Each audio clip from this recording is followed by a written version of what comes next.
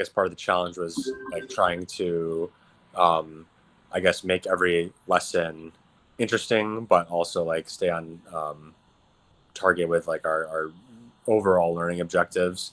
Um, and so I think like uh, in one of the classes in particular, it took a lot longer to get through the material than like maybe they originally planned out for. So I guess that was part of I mean like the overall takeaways from that semester, like understanding how long it takes to teach like that new kind of information.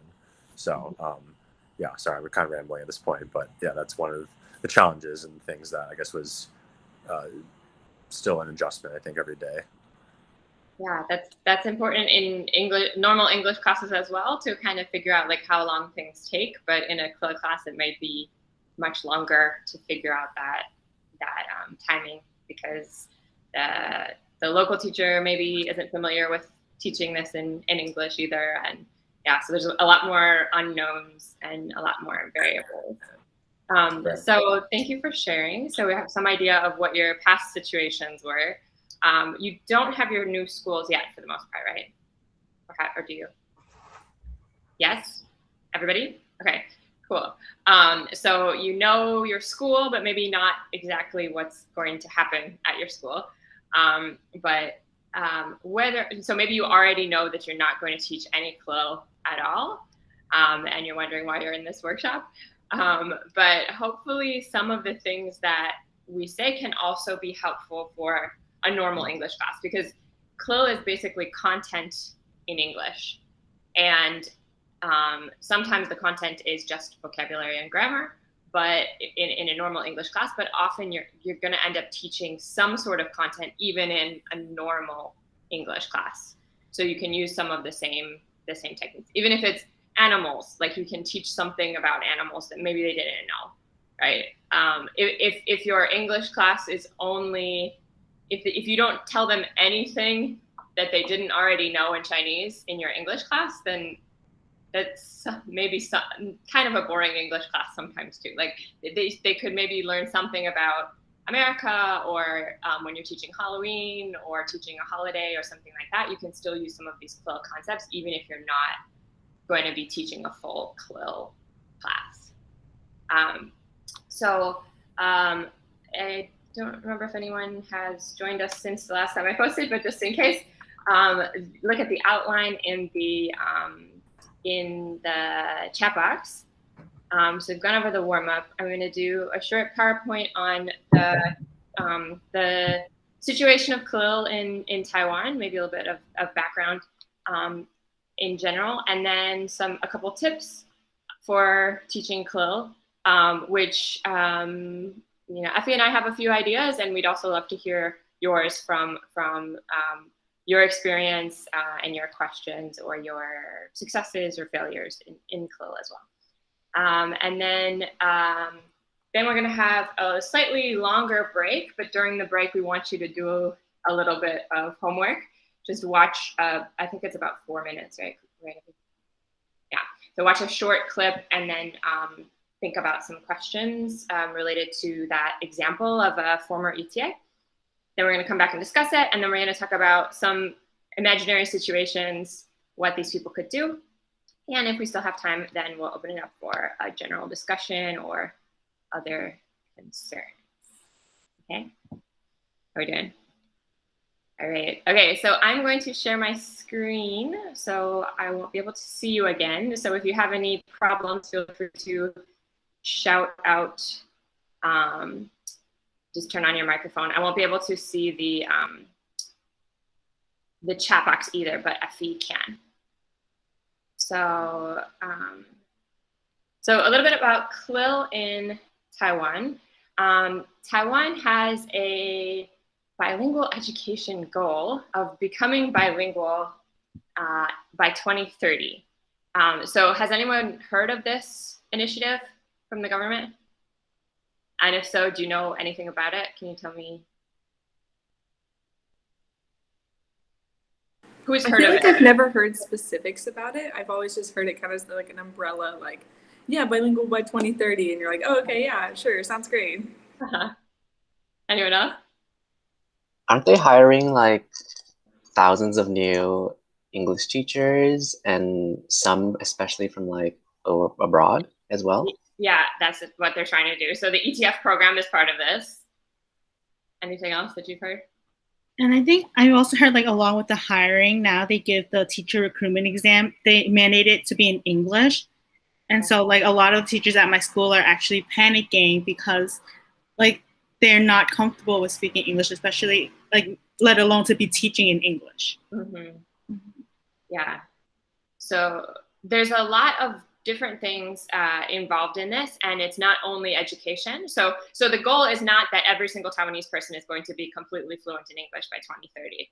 It's that Taiwan as a country can function in English and in Chinese. So part of it is just like translating a bunch of stuff into English for government documents and things like that.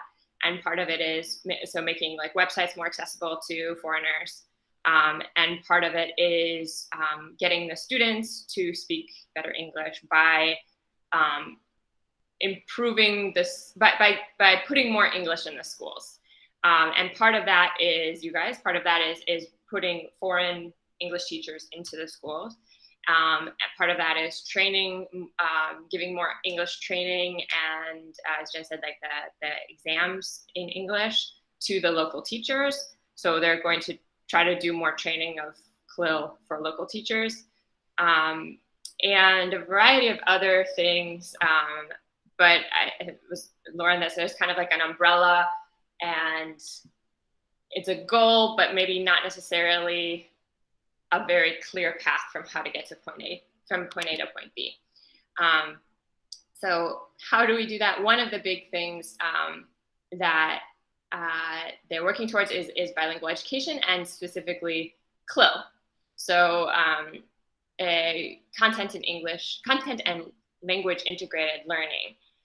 So that was one of their big methods for trying to get there, is using CLIL. And part of the reason might be that they think like the normal English classes aren't working fast enough, so they need to try this other way, which may or may not be successful, but it does provide a lot more frequent exposure to English in schools outside of the English class. Great. So they get these programs into the schools by often with financial incentives. So the central government has a lot of money, and then county governments can apply for it. And the individual schools who want to establish a bilingual program, bilingual in quotes, can get money for that. And it's sometimes not the bilingual teachers who are the ones wanting to do this. Maybe it's the principal who doesn't worry about the details of how it's implemented and just wants the prestige, or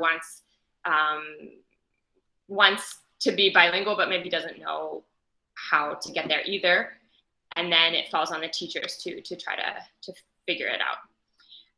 So once the schools get the funding to establish a bilingual program, they sometimes run into some problems. So some of you mentioned some already.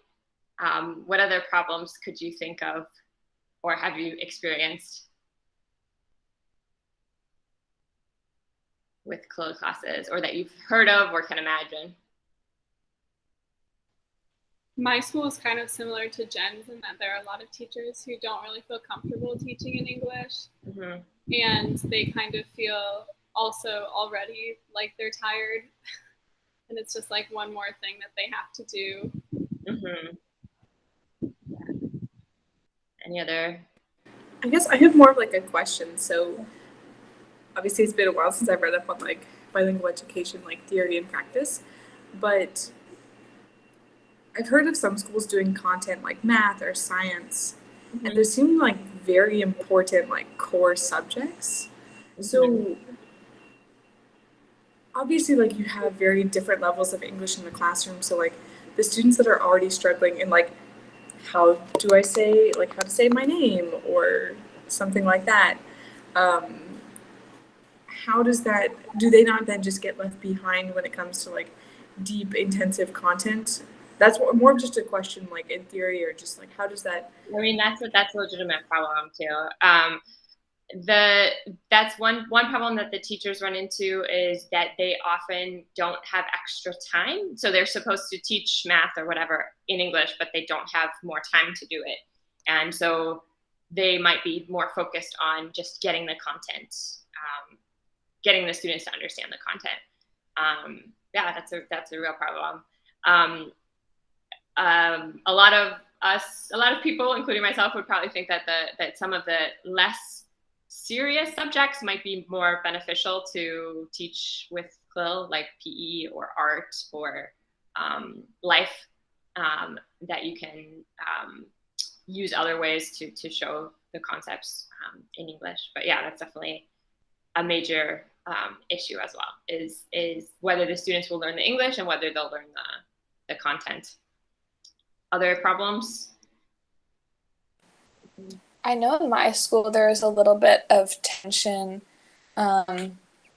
because like my kids had turuku classes, and like that was a big part, and like that teacher would come in and like it was a big deal, and suddenly with the principal like literally in the past year trying to get English in as many subjects as possible, he started like cutting turuku classes in favor of like more like life classes that could be bilingual English. So there were a lot of conversations about like English, but at what expense? Right. Yeah. So there's. Oh, and also. Yeah. Oh yeah. No, and also just like that. I think you mentioned this, and I mentioned this, but like nobody like they say bilingual, but nobody knows what that means. Right. And so you just kind of am like, okay, let's just go for it, but we have no idea. Yes. So that is the essential problem, is no one knows what CLIL really is. Everyone has a different idea of how to teach it and how to get there. And so it can look very different in different schools, different teachers, lack of uniformity in terms of the content and the success. So that's the main problem, and it's not something that we're going to be able to resolve in 2 hours today. But we are just right now just trying to understand the context. For example, some of the problems, there's I think Lauren was saying this too. Like there's not a lot of materials. There are some. I've seen some life textbooks in English for CLIL. I think there's more and more as they're trying to do more CLIL. But lacking a curriculum means it's a lot harder to be consistent. There's a lot more work for the teachers in terms of trying to come up with the content, trying to come up with assessments. I mean, curriculum writers is normally a full-time job. So to do that while you're also teaching can be very stressful and tiring. Lack of time, it's more time to figure it out. And especially if you have multiple teachers, then you need to plan a lot of things. Sometimes you run into the problem where that maybe the foreign teacher doesn't speak Chinese and the content teacher doesn't speak enough English to communicate comfortably, and so you have local English teachers mediating between, and it can get very complicated and confusing. And there's not a lot of training for the schools or for the teachers, and so there's some understanding. And so sometimes the tendency is to kind of dumb it down and make it really basic and simple, as long as it's in English, and then at the expense of learning the content in a deep way. And the aim is really to not to simplify the subject, but to make it comprehensible. So keep the same complicated subject, but make it comprehensible by adding more pictures and more gestures and more context, and maybe sometimes some Chinese, so that they can understand the English that you're saying, which can be a difficult balance for sure. There might be a lack of language proficiency with the teachers, which can cause them stress and extra things to worry about. And they also maybe don't have experience co-teaching. So they don't necessarily know what to do. And it's also new, so we don't necessarily have a lot of research to back up what's been going on. CLIL started in Europe with sometimes with English and sometimes with some more local languages like Catalan in Spain. And the students and the teachers had a high enough level of English or that language that it was easier to jump in than it is in Taiwan, I think.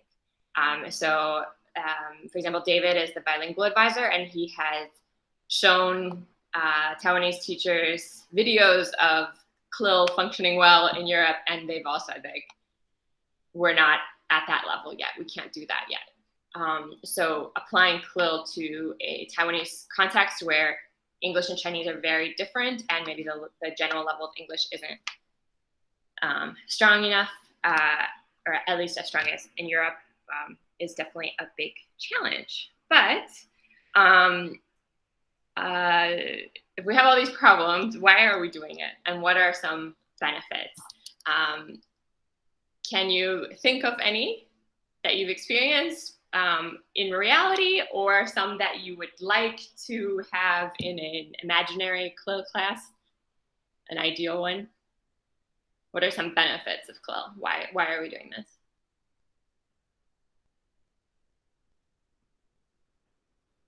Anyone?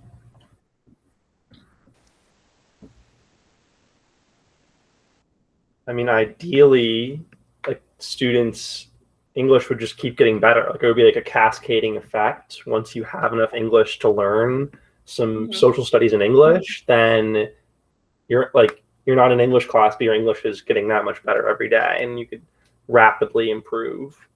But I feel like kids have to get over that first bump first to have the rapid improvement, or else it just is all the problems we've talked about. So it's the challenge. Anyone else? I think maybe it like tricks your mind a little bit. Like you're not just interested in English as like a topic, and it's like, why do I need to learn this? Or I don't care about this. But in science class, like, you love science, and suddenly you're not even thinking about it because you're thinking about science, but you get all these vocab words at the same time. So I think that potentially could be great for some kids. Right. So I mean, languages are supposed to be for communicating, and if you aren't communicating anything other than grammar and new vocabulary that you're not going to use, then it can be frustrating to see. I mean, it can be discouraging because you're not using the language. But if you can use it to communicate something hopefully interesting, or something that they need to know because it'll be on the test, then they might be more focused on being able to understand. And English class sometimes tends to be learning about English instead of using English. And using a language, as you've probably experienced with your own language learning, it's important. It's important to know something about the grammar and whatever, but using it is really how you're going to get to learn the language. So some benefits: it can facilitate collaboration and innovation between teachers, because multiple teachers have to work together to create a successful class. More diverse learning opportunities for students. So some students don't thrive in a traditional English class, but they might be really good at gym, and being able to use English in their gym class, they might be able to understand a lot more, or can cater to visual, auditory, or reading and writing skills. Over time, it can lower students' anxiety about speaking English, because it's something that happens every day. They're used to hearing and using the language. A lot of students, even in like 9th grade, when they're not used to being spoken to in English, they can kind of like freak out if you say anything to them, like, oh, I don't speak English, I don't understand. Even if you say something really basic with a lot of contextual support, they just automatically shut down, like, I don't speak English, I don't understand you. So if you can get over that hurdle that Sean was talking about, you can kind of get them used to, like, no, you do understand some English, like with these contexts, these ways of giving contextual clues and extra visual support and other ways of understanding something, you can understand English. And so they'll be less anxious about it. And schools that have CLIL programs have more and more students. But it's mostly just the easiest way to increase the amount of English that students get in a day at school. So in general, you aren't alone in this, and it's relatively new for everyone. I don't know if that's good news or bad news, but it's there's many people who are very confused and trying to figure it out at the same time. So at different schools, the teachers and students and the foreign teachers, the local teachers, the principals, the Ministry of Education are kind of all trying to figure it out as they go. And everyone's approaches and experiences might look different. And that's okay. But you can kind of see what other schools are doing, or what maybe another ETF or ETA is doing. And if something seems to work really well, then maybe you could try to suggest it to your co-teacher as an option. But so we want to try to help you with your situation, but because it's so diverse, then we also need you to help us in terms of keeping us up to date with your specific questions and needs. So we've seen CLIL before, we kind of know what it looks like, but it looks like so many different things that when you're asking a question or you want specific help with your situation, then you might need to give us a little bit more context before we're able to help you. Great. So optimism, yes. Okay. So it can seem kind of overwhelming and frustrating to try this new thing that a lot of other teachers are also struggling with. I'm going to list a few basic tips, and then we can discuss them and then see if you guys have anything to add or anything that you disagree with, or other questions that you have. So one of the, and I'll just put them in the chat box so that I can still see you. One of the important things as a co-teaching pair is to establish the objectives and clarify your roles. So it can be confusing at first to figure out who's supposed to do what. And so that's a conversation that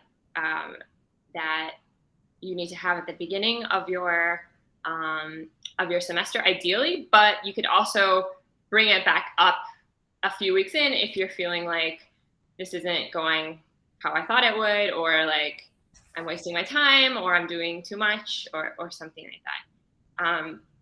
How has that gone for the people that have done CLIL before? Is that a challenge, or is there some like success that you've had with that you want to share, or something that you wish you had done last year in terms of clarifying your roles with your co-teacher?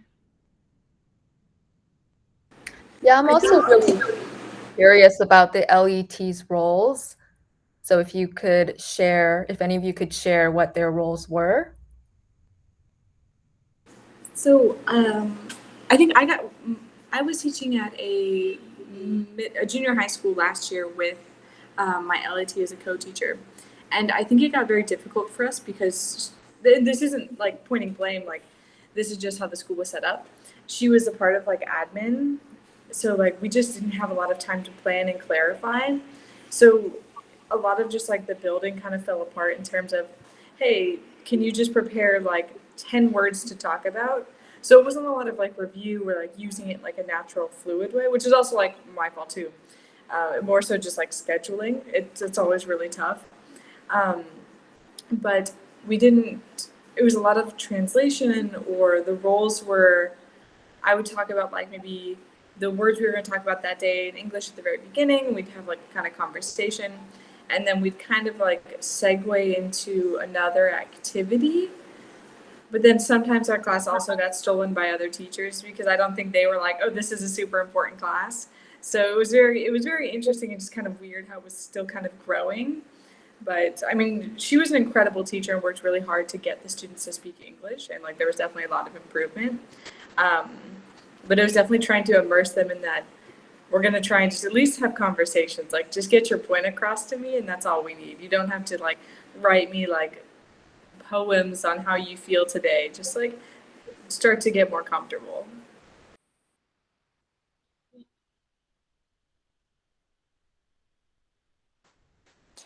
Yeah, Yeah, I and would also- say that, sure, I would say that in PE class, like the stretches that they did at the beginning were always the same, and they'd count to 10 over and over and over again.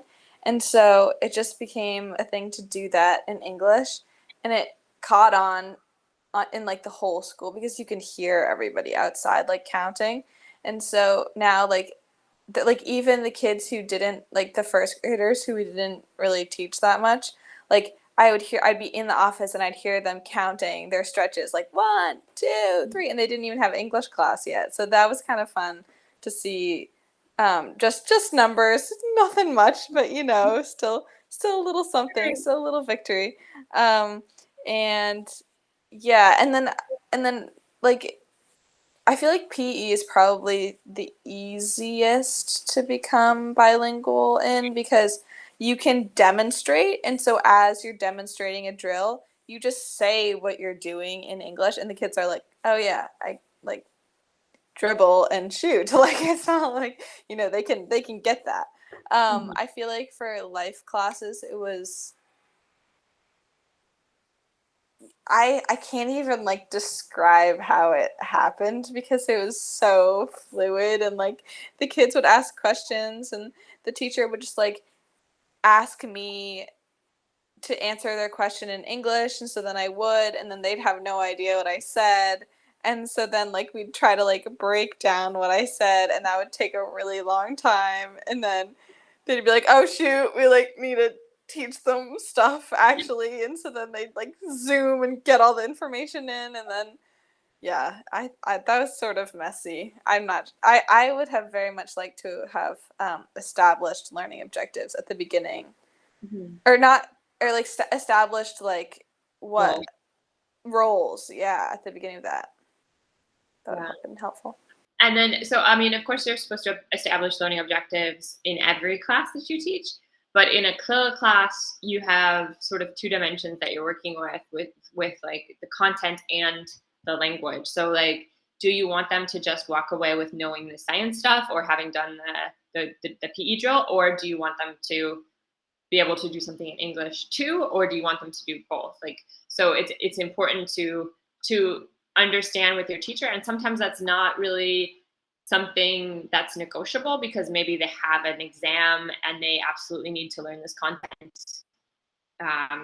by whatever day. So so part of it is being understanding that like maybe you're going to be sitting there while the teacher's teaching in Chinese for part of the time. And that's okay too. Like it doesn't have to be completely in English all the time, as long as you're working towards those two objectives. But yeah, it can be extra challenging with the CLIL as well.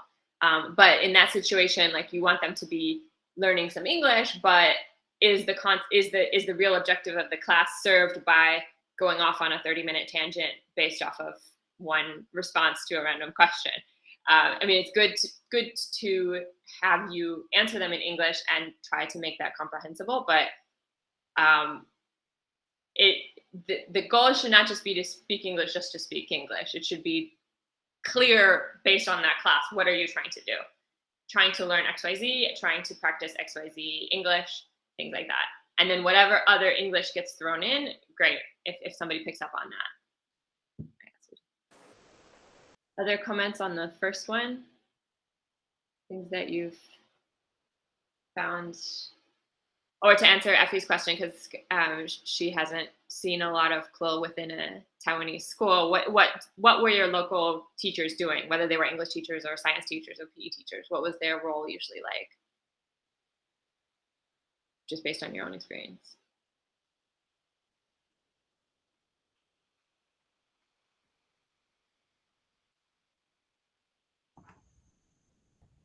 Or maybe if you felt like they were more dominant in the classroom, and you were just sort of there like as an assistant or supplementary. Or if you felt like you were the dominant, you were supposed to know everything. I think there's definitely like kind of both in my school, but at another ETA school, it was very much of deep cooperation. Like the teacher had such a passion for the subject along with learning English. So he was able to, but he had been in those students' shoes because he was recently learning English. So he was trying to find the best way to integrate the skills that she had and the skills that he was bringing to the table. So they ended up doing like really cool experiments. This was I believe it was a science or like a life health class. And he had them get like sugar goggles or things so they could measure how much sugar was in like a cup of tea or like sugar tea. And that really just kind of helped to promote like the buy-in, because they were really encouraged to speak English, but they could speak Mandarin. There was no problem there. But because they were learning a lot of the subject, it was really cool to kind of see her talk about the cooperation that they had, because they seemed to work together really well. It never seemed to be one was overtaking the other. They kind of either switched off or they had different like concrete things that they would talk about, which I think helped a lot. Okay.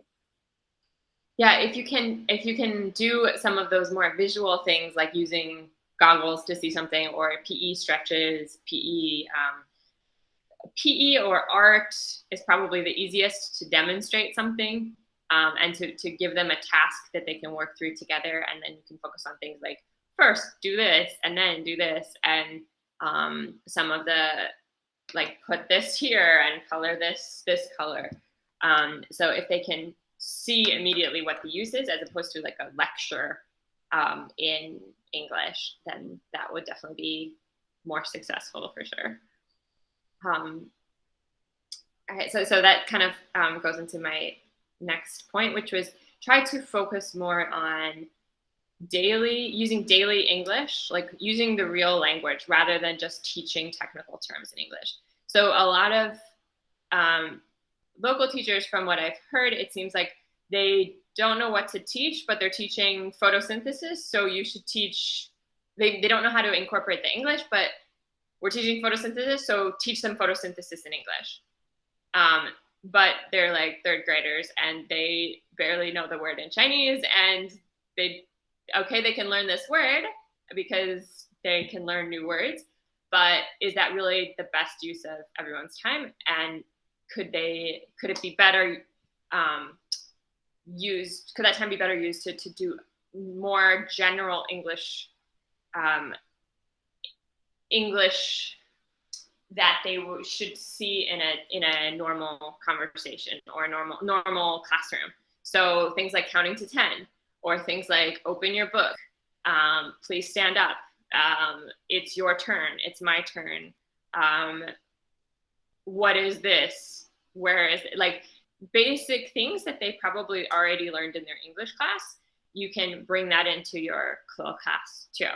And then you can go over the photosynthesis words and the like Renaissance or whatever other vocabulary that you're supposed to learn that day. But I think if you can convince your co-teacher to focus more on the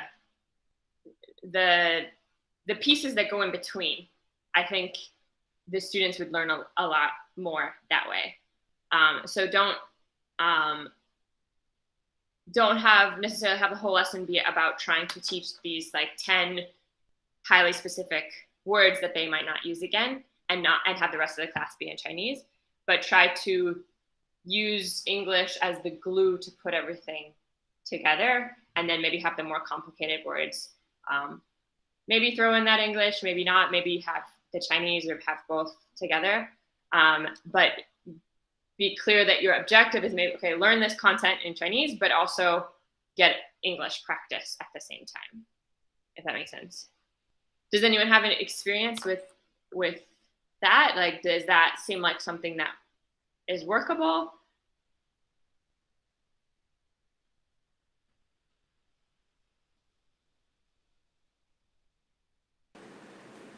I think I had, this was when we were doing first grade, and it was kind of like a health class, but all the concepts she made sure were very distilled down to very simple things. So as you're kind of saying, these weren't new foreign concepts that we were trying to learn. It was just, whether it was like colors or like very basic emotions or things like that. But both of the teachers I worked with in the elementary school were they were just trying to get away from the classic, like, how are you? I'm good, thank you. And you? So they kind of like banned that phrase and tried to teach as many like different iterations. But they really wanted to just give it like a more casual way of talking and having small things that they were like slowly growing on. So like, even I could like see like the students slowly starting to kind of like gel the ideas together. And they weren't foreign concepts, so it was nothing crazy, but like the small pieces were definitely helping them to kind of continue go. Okay, yeah. That can be more motivating and give them a sense of accomplishment too, that they can actually understand a full sentence in Chinese. Like if you teach photosynthesis the first time, they're not going to know that word, and then you teach it and then they kind of do, and then maybe the next day they forget. But if they can realize that you're trying to communicate something that you want them to do, and then they can do it, or they can understand, then that can be very motivating as well. And when you're saying open your book to page whatever, you actually want them to do that, and you're not just teaching them the phrase so that they could mark it on their test according to the picture. And that's part of the advantage of having foreign teachers too, as you can teach them how English is actually spoken. But that being said, don't talk to your first graders as if you were talking to your best friends. So there's a certain amount, like you would still speak in a more form, like a normal American teacher would talk to children. You wouldn't use a lot of slang probably with first graders in the U.S. either. So some of the language that I've heard in classrooms can be too informal and slangy, and then it's hard for the kids to understand at all what's going on. So finding that balance is also a challenge sometimes. And then the third point is really important for CLIL. It's also important for a normal English class, but focus on making the content comprehensible.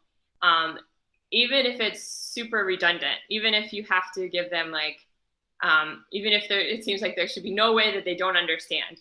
So for example, me right now, I'm just talking at you.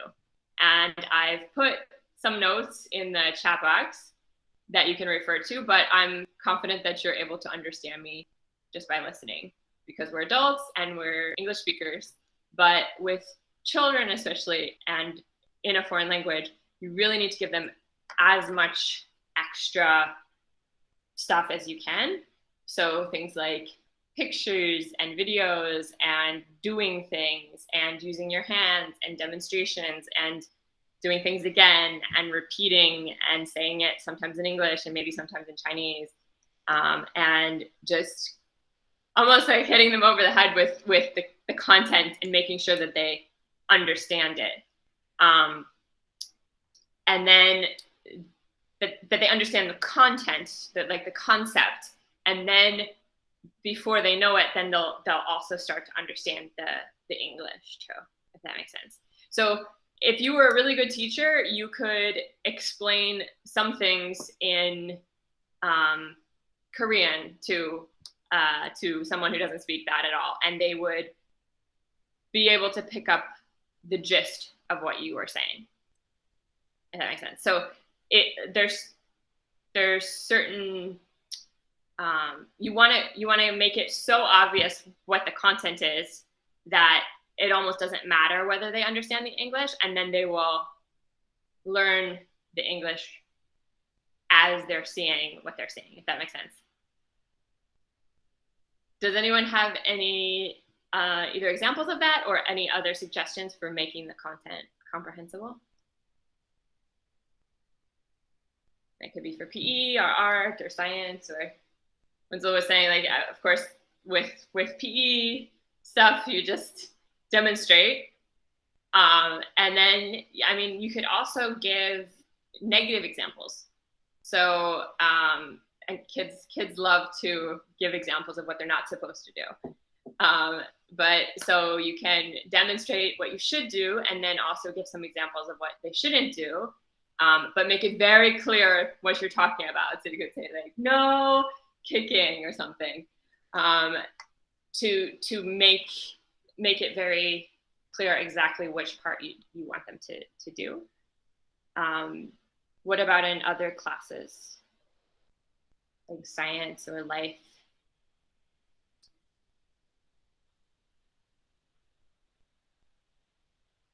Have you found ways to make content comprehensible?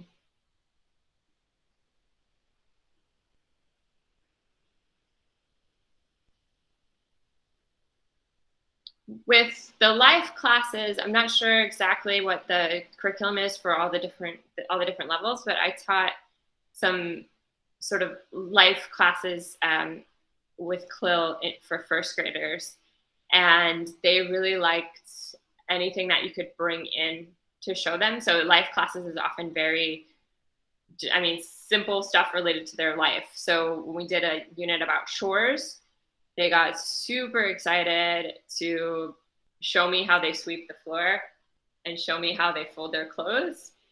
And it was, I mean, even if they didn't necessarily understand every word I was saying, they could still participate and they could still get excited, and they could understand what I was saying because you kept repeating some of the same words, or they could see it right there and immediately put it into action. So those were often the most successful. Or if you could show pictures of going to a park and then talk about good things to do at a park and bad things to do at a park. I got very excited to demonstrate what they shouldn't do at a park. Science might be tricky sometimes, but the more you can bring it to life, the better. And this is true as well for your general English classes. You can try to make it as comprehensible as possible. With the English classes, you would avoid, I mean, the best way to make an English class comprehensible is just to speak Chinese the whole time. So that's not what you want to do in an English class. But in short of that, making them understand the concepts in English as much as possible.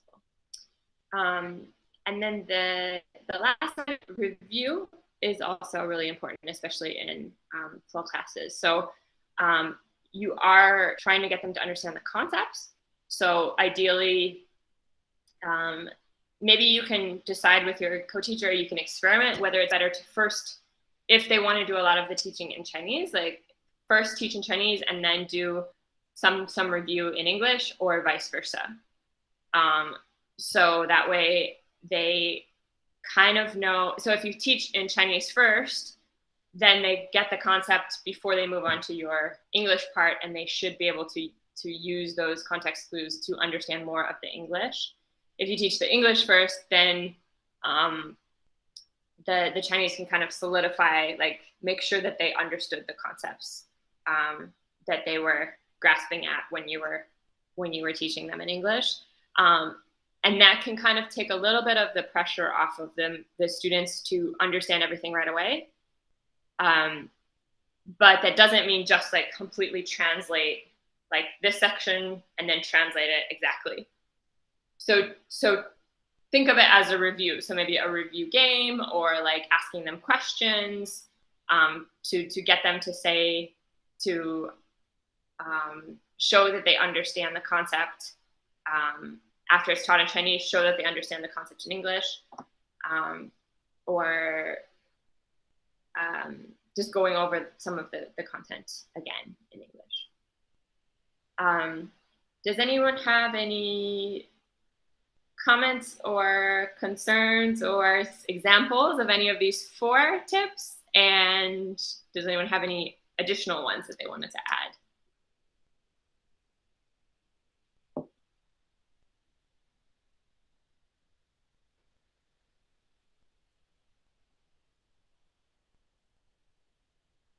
Lauren's thinking.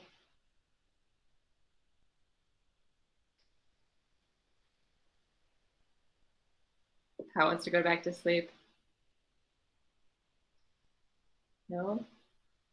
I mean, I think everything you said was spot on. I think if you can make the video really fun, like my teacher was doing like around the school, so she kind of had me do the same thing with go to the playground.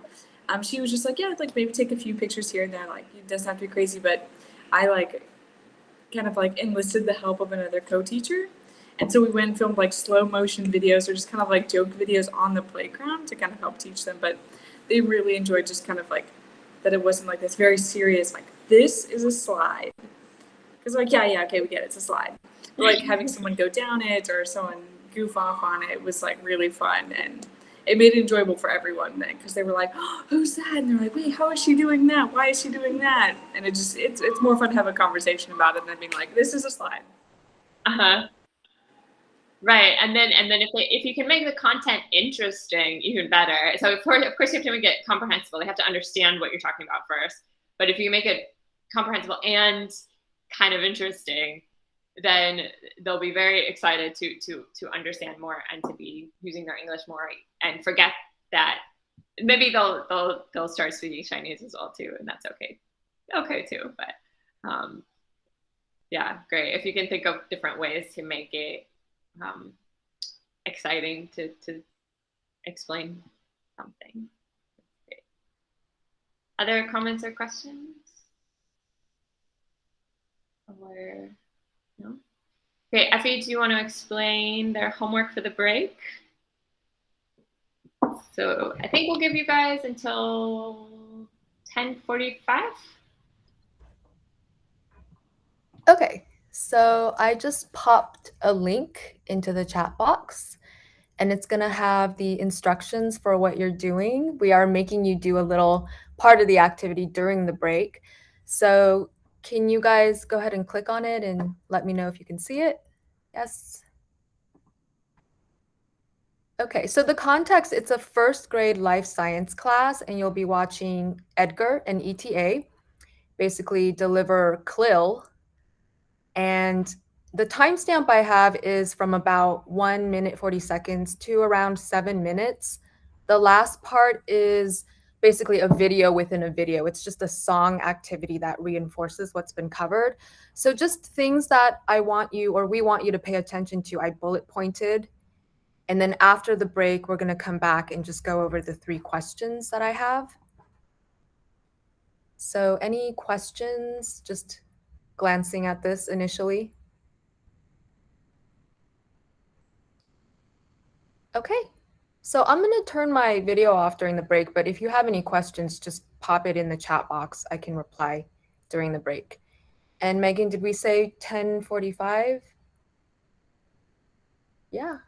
So Pi can get his tea. You can go to the bathroom, get some coffee, get a snack. All right.